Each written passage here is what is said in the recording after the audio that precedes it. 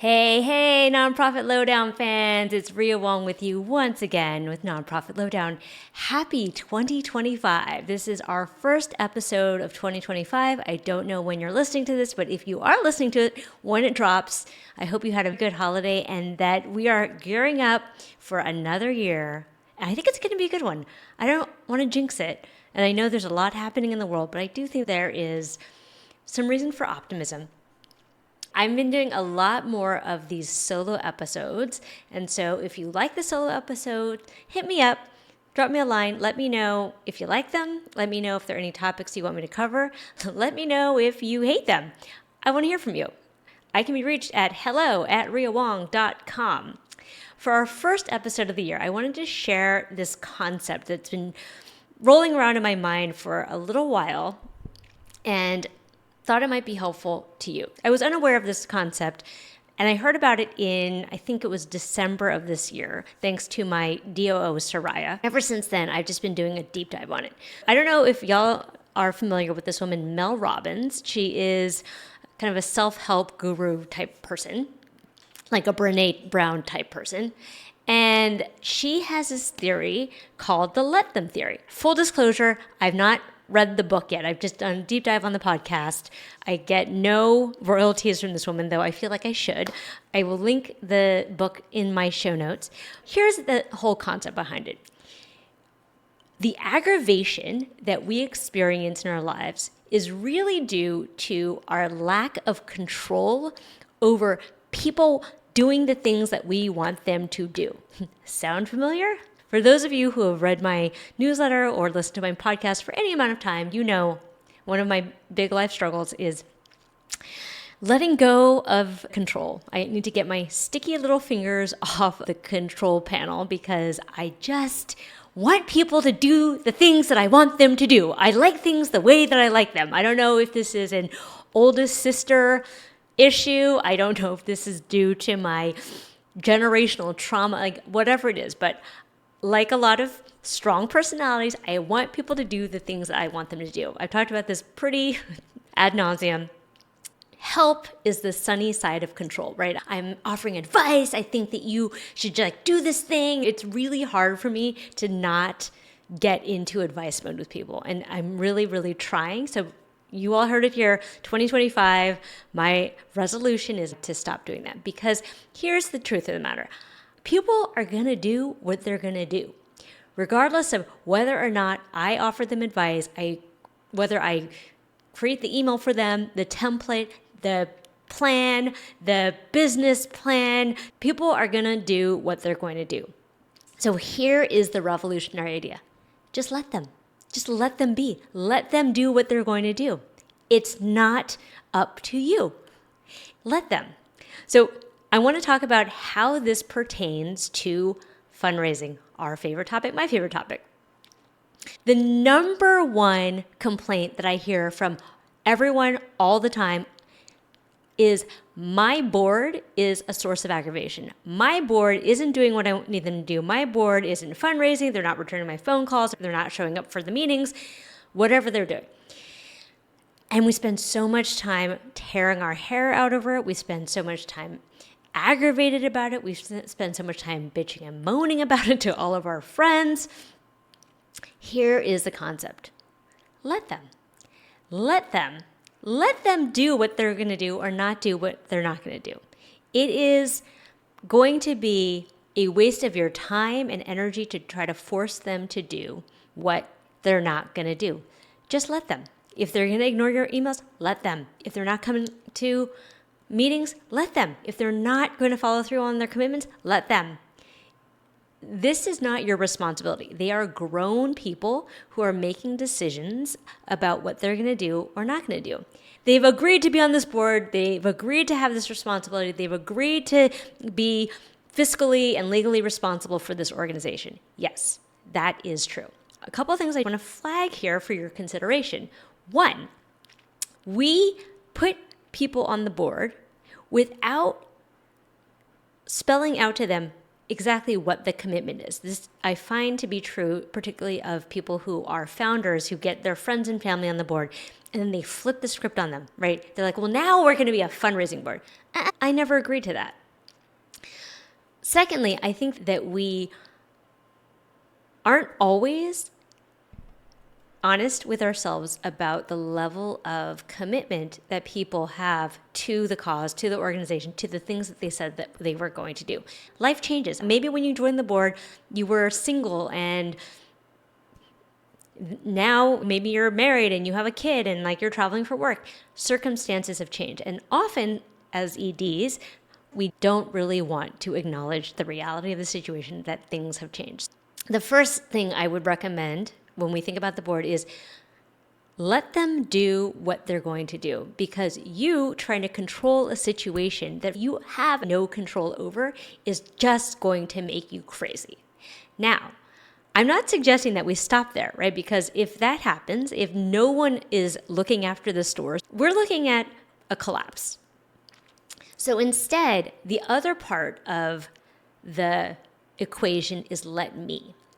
Let me recognizes what is within my realm of control. Because at the end of the day, I have no control over another human being. I can't make anyone do anything for a long period of time. Maybe I can force someone to do something in the short term, but anyone who has a dog or a teenager knows that you can't force anyone to do anything over a long period. So then the next step of the process here is let me.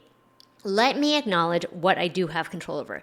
Let me be clear with myself. Have I been clear about my expectations? Have I told people what the level of responsibility is? Have I really considered where they're coming from and what might be happening in their lives?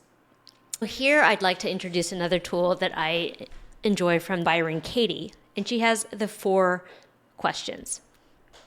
In every situation, good or bad, in every conflict, we have stories about other people. So the story that I might have in the case of my board members, they don't care, they're flaky, they think I'm just going to handle this whole organization on my own, they hate fundraising, blah, blah, blah. You can name all of the different stories that you might have about why someone is not doing the thing that you want them to do.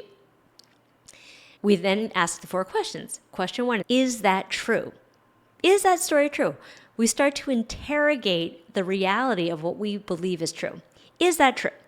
So let's say in this example, well, my board member they don't really care about the organization. Well, is that true? Is that true that this is not their thing? Is it true that they don't care about you? Is it true that they don't care about the people that you serve? Then the second question, can you really know if that's true? Maybe we can release the story that we're telling to allow for the possibility of a different interpretation, a different story. So let's say I think that that's true. I confirm that I think this is true based on whatever I think of. The third question is, how does it make you feel? Let's say I'm really pissed off that my board members don't return my phone calls because they don't care about the organization, they don't care about me, they don't care about fundraising.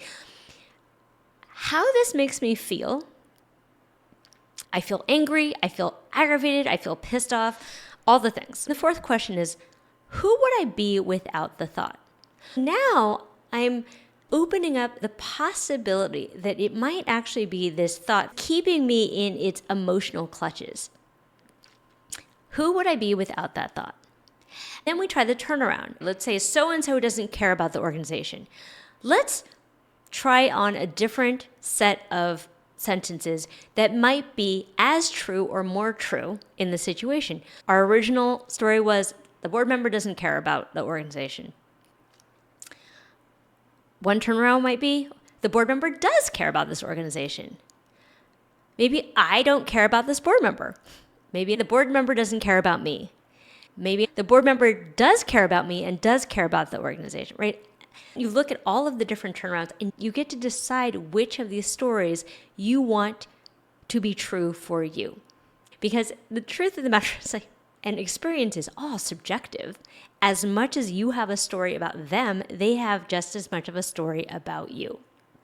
When we can come to the place of not being so emotionally aggravated and instead coming from, and folks have heard me talk about this, when we're activated emotionally, our amygdala is on high, right? We're fight, flight, or freeze.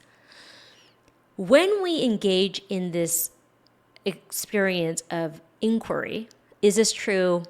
Who would I be without the thought, etc.? We are activating our prefrontal cortex. This is the front part of our brain.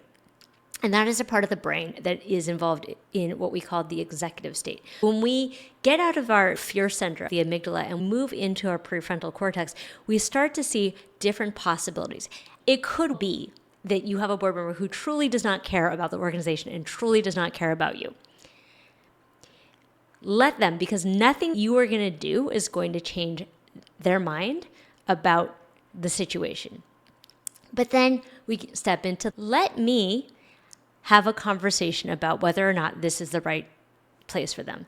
Let me manage my expectations about what they're going to do or not going to do. Let me really think about, have I made it possible for them to be successful in this role?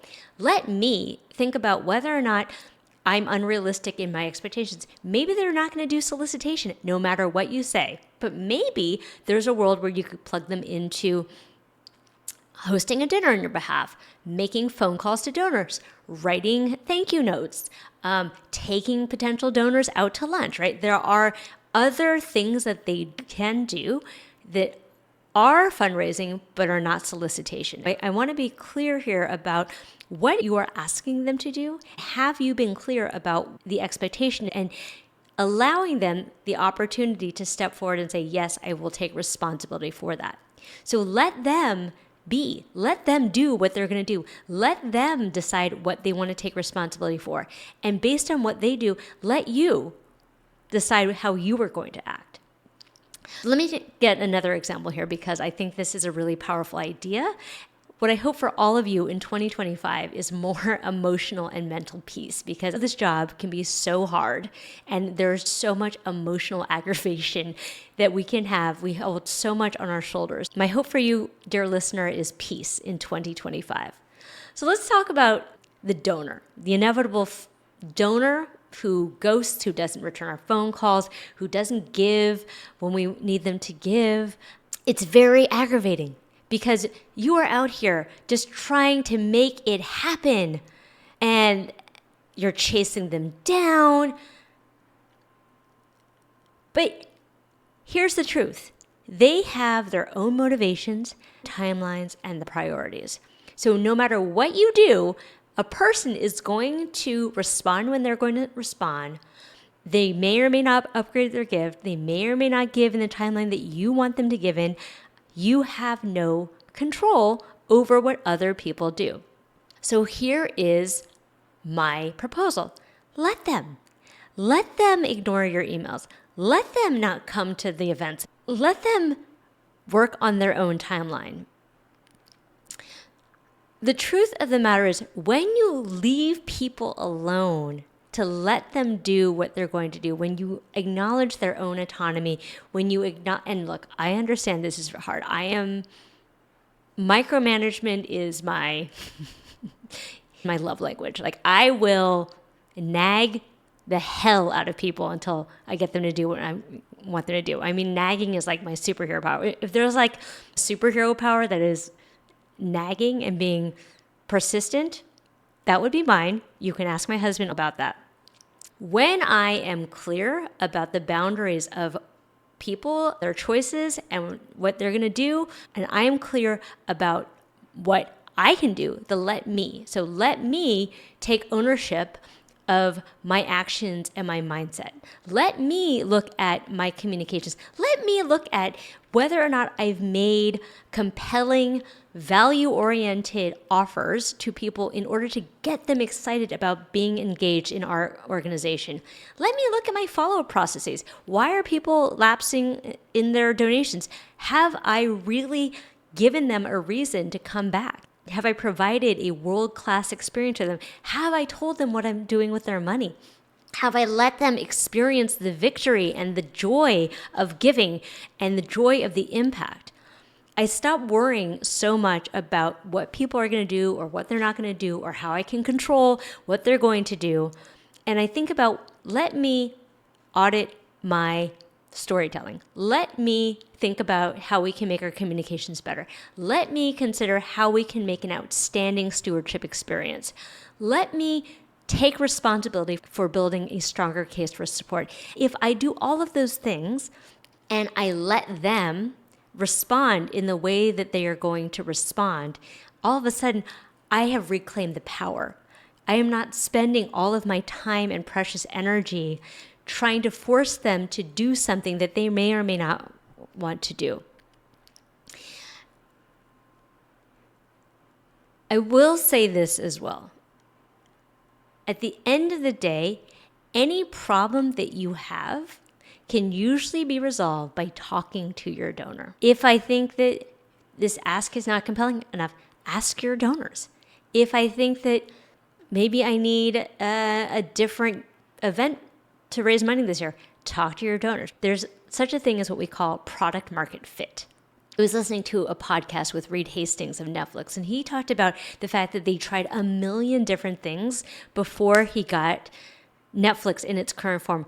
And I think there's something here about iteration, and I think there's something here about giving the people what they want. Part of why I think sometimes it feels very hard for us to get traction in fundraising, building a community, or getting board members on board is that we haven't found the right marketing message, the right communication message, the right energy, if you will, to involve people and get them on the bandwagon with us. And instead, we spend our time blaming our board members, blaming our donors, blaming the world at large because they're not responding in the way we want them to respond. I've often heard people say, well, these millionaires should give us money because they have so much. According to whom, right? It's not your money. People can do what they want to do. If they don't see a clear case for why they should support your cause, they're not going to. I don't want people counting my money and telling me what I should or shouldn't do with it. Collectively, we would all be better if we just let them do what they're going to do. Release that which is not yours to control. Trust them to step into the roles that they are capable of. For donors, allow them to engage on their own terms.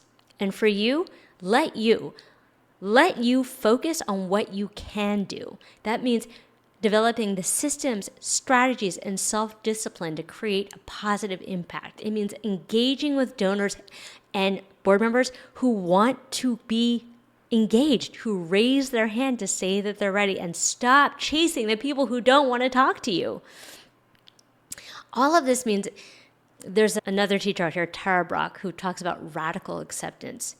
If we can radically accept reality as it is and stop arguing with reality, stop arguing with that which actually is, and accept the world as it is, we spend a lot less energy trying to change things. Instead, we can invest our energy into changing what actually is. I think that makes us a lot less stressed and a lot less overcome and a lot less overwhelmed because we are accepting reality on its own terms. We just let them do what they're going to do.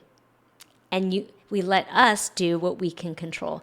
And I know it sounds like such a simple thing, but for me, it's been such a radical mantra over the last couple of months, especially over the holidays, right? You're aggravated because your parents are doing this, or your siblings are doing that, or your friends aren't inviting you to this thing, or you're not going to the party you thought you were going. Let them. Let your parents be crazy. Let your siblings say what they're going to say. Let your friends get together without you. Because the thing is, when you accept that this is who they are and what they are, you stop arguing with reality. It's like a tug of war, right? It takes two to tango, but if you just let them do what they're going to do, you drop your end of the rope. If there's no one to tug against, there's no game here. You're just not playing the game. And I think it's important to note that I'm not saying resignation. This is not about resignation. This is simply creating a strong boundary between what is yours and what is someone else's. By recognizing what is someone else's to do, what is someone else's prerogative, what is someone else's reality, you stop making yourself crazy by trying to control them to make them do what you want them to do. Whether it's your kids, whether it's your spouse, whether it's your board, whether it's your donors, let them do what they're going to do. Now, again, there are obviously limits to this. You're not going to let somebody drive drunk, cross your boundaries and be harmful to you. These are obviously not let them situations, but most situations are not that dramatic. And so when it comes to letting go of the little aggravations of like, oh, well, so-and-so didn't call me when he said that he was going to, let them. Your life will be so much better.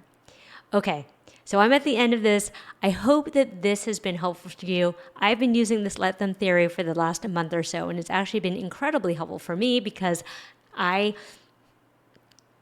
need to calm the micromanager inside. I recognize that I somehow appointed myself God's little hallway monitor, and nobody likes the hallway monitor, right? And I was just chasing people in a metaphorical way, like, these are the rules, and where's your bathroom pass, and no running in the hallways. I was like Tracy Flick. It was really very, very uncool.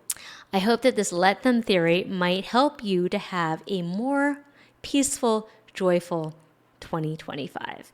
Let me know if this is resonating for you. Let me know if these solo episodes are ones that you want me to do more of. Happy to do that. And finally, I would be remiss if I didn't tell you that in 2025, y'all, I have spent Christmas break completely renovating my big ask gift program. It's bigger, it's better, it is going to be on fire, y'all. So if you are an executive director or development director or a board member out here listening and you think that you might need some support in 2025 to take your major gift fundraising to the next level, check it out, riawong.com/bag. Even though I'm feeling optimistic, I know it's going to be turbulent. We have a good idea of what this administration might do with things like federal and state funding, particularly for climate change, environmentalism, reproductive rights, immigrant rights, trans rights, etc. We can read the tea leaves that things are going to change on a federal and state level, which means now is the time to double down on your major gift donors. So if you need some support in starting your major gift program, or you know that you're leaving a lot of money on the table, check out riawong.com, click on work with me, book a call. We can talk about how I can help you. Have a great week. I will see you next week.